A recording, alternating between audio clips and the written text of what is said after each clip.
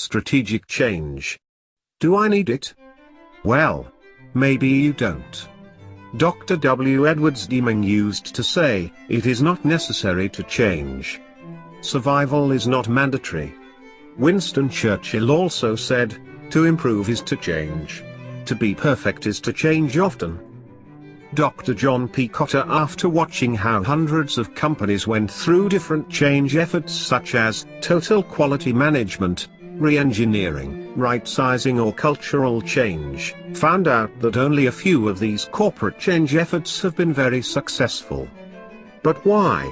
Cotter's answer is that change is a process that must go through a series of phases, where skipping steps create only the illusion of speed and never produces a satisfying result.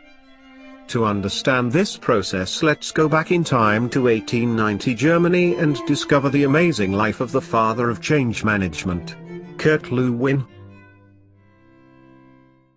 Kurt was born in 1890 into a Jewish family in Prussia. He was one of 4 children born into a middle-class family. In 1909, he entered the University of Freiburg to study medicine, but he became involved with the socialist movement and women's rights around this time, so by the Easter semester of 1911, his interests had shifted toward philosophy, so much that by the summer of 1911 the majority of his courses were in psychology. Years later, he served as a professor at the University of Berlin from 1926 to 1932, but when Hitler came to power in Germany in 1933 the institute members had to disband, moving to England and then to America. In America, Lewin applied his knowledge to the war efforts in tasks such as improving the morale of front-line troops or his famous study to persuade American housewives to buy cheaper cuts of meat.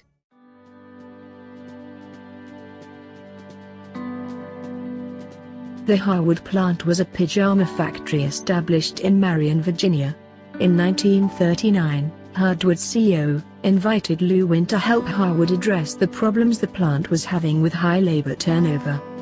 Harwood Company allowed Lewin to conduct any type of experiments with workers to elaborate his theories, providing an empirical ground for his famous 3-step model for change, the first model for organizational change ever created, but also was the base for his disciples to further elaborate about resistance to change and how to overcome resistance.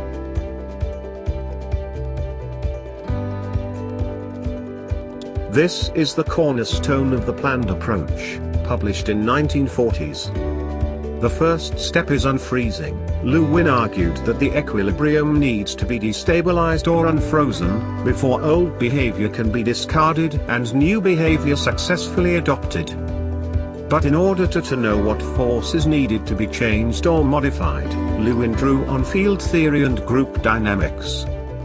The field theory says that behavioral change is a movement from one part of the field to another, where P is the individual or group, O is current situation or behavior and G is the goal they wish to achieve. When the forces within a field driving change are in balance with the forces restraining change, the status quo is maintained and no change happens. His view was that if one could identify, plot and establish the potency of these forces, then it would be possible not only to understand why individuals, groups and organizations behave as they do, but also what forces would need to be diminished or strengthened in order to bring about change. A key belief of Lewin was that change could be effective only if people embarked on it of their own free will and could make informed choices about whether and what to change. The second component, group dynamics, stresses that group behavior, rather than that of individuals, should be the main focus of change. He maintained that it is fruitless to concentrate on individuals because they are constrained by group pressures to conform. Therefore, the focus should concentrate on factors such as group norms, roles, interactions and socialization processes to create disequilibrium and change. Only when the balance of forces of the group has been broken it was possible to continue to step 2, moving. Lewin said that management must now take into account all the forces at work and identify and evaluate, on a trial and error basis, all the available options, moving from less acceptable to more acceptable set of behaviors. Final step is freezing, that indicates that the new state must be congruent with the rest of the environment of the learner, or it will simply lead to a new round of resistance. This is why Lewin saw successful change as a group activity, because unless group norms and routines are also transformed, changes to individual behavior will not be sustained. This means changes to organizational culture, norms, policies and practices.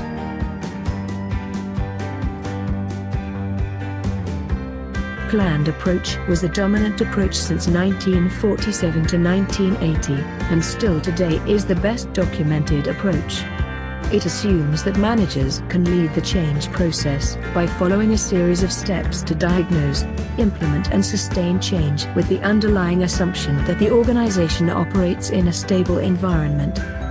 However, this was challenged in 1980s with the emergent approach that rejected planned approach theories, considering that modern organizations operates in turbulent environments. Therefore, the planned approach is not suitable, because would be too slow to respond to environment changes. Instead, they propose a bottom-up and open-ended approach based on continuous small changes that build up over time.